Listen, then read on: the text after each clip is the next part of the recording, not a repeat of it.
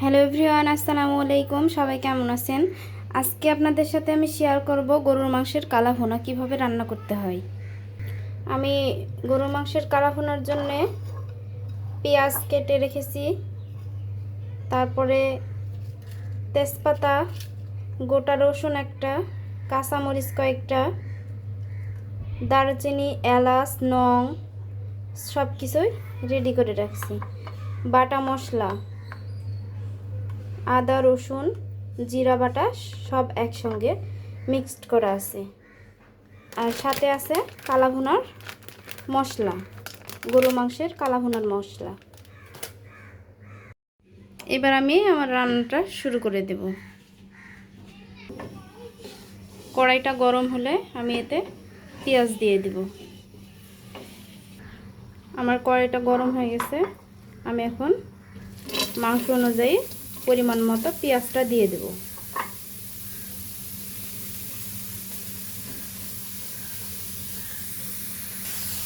এর মধ্যে আমার মাংসটা দেখাতে আমার মনেই নেই। এই যে হলো গরুর মাংসটা, এখানে কেটে ধুয়ে রাখা হয়েছে।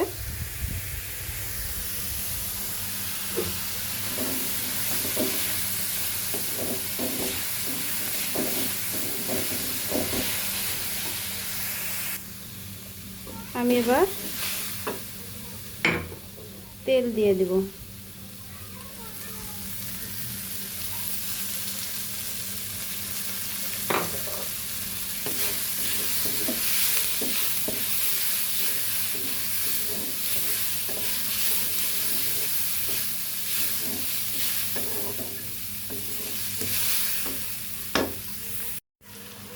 এবার আমি পরিমাণ মতো লবণ,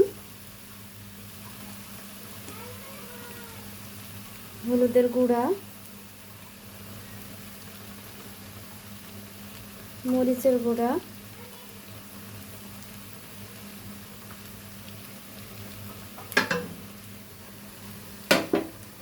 কাঁচা মরিচ,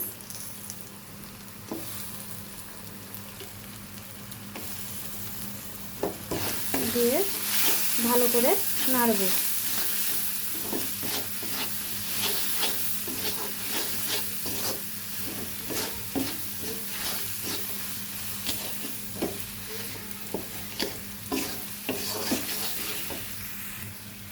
এবার আমি আদা রসুন বাটা মশলাটা দিয়ে দেব।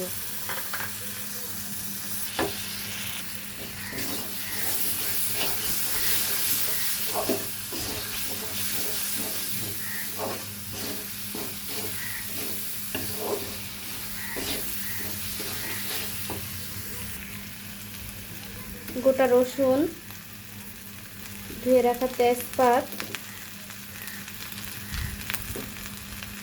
সব কিছু আমি এবার দিয়ে দেব।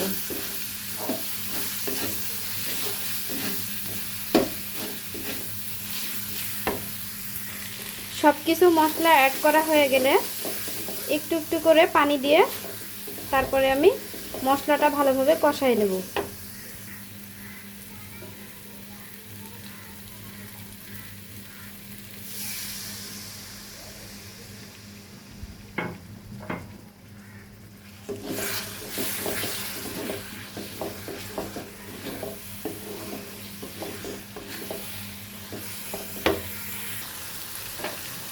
আমি একটু জিরার গুঁড়াও দিয়ে দেব।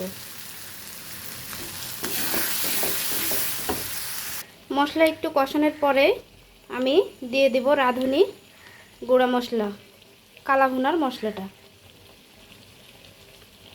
এটা পরিমাণ মতো, যে যতটুকু মাংস রান্না করবে সেটার পরিমাণ অনুযায়ী এই এরিয়াটা দিতে হবে, কালা ভুনার মশলাটা দিতে হবে। যতক্ষণ না আপনার পেঁয়াজগুলো ভালোভাবে গলে আর এই যে মশলার এই কালারটা এরকম সুন্দর যখন কালার না আসবে ততক্ষণ আপনি মশলাটা কষাতেই থাকবেন। তো আমার পেঁয়াজও গলে গেছে এবং মশলাটার কালারও সুন্দর চলে এসেছে, তাই আমি আমার ধুয়ে রাখা মাংসটা দিয়ে দেব।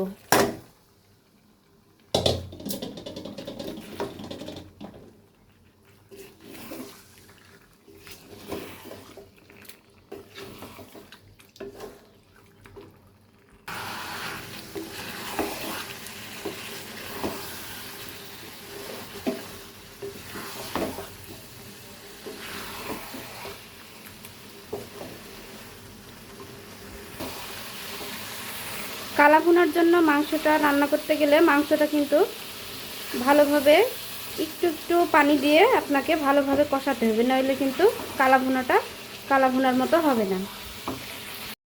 কালা ভুনার মাংসে খুব বেশি কিন্তু আবার পানি দেওয়া যাবে না।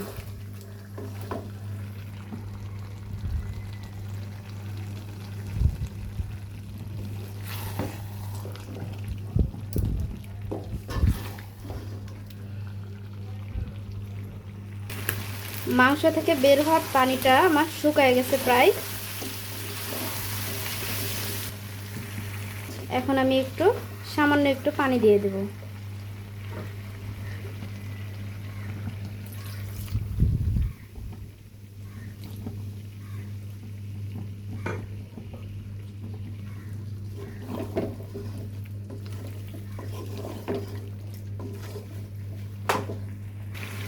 মাংসটা আপনি যত ভালোভাবে কষাবেন তত আপনার খেতেও সুস্বাদু হবে এবং কালারটাও অনেক সুন্দর আসবে। কষানোর উপরেই আপনার কালা ভুনাটা দেখতে ভালো আসবে। আমি আবার একটু পানি দেব। এইভাবে 2-3 বার পানি দিয়ে ভালোভাবে কষাতে হবে।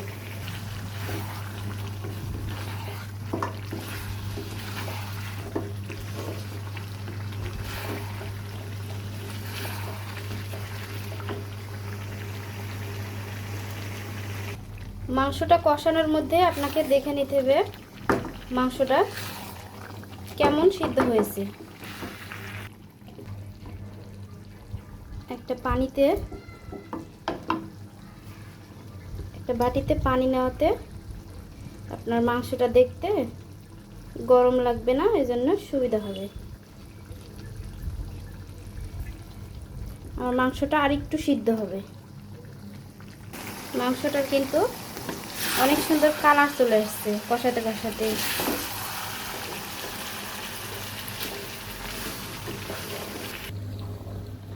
মাংস কষানো আমার প্রায় শেষের পথেই। কালারটাও অনেক সুন্দর আসছে।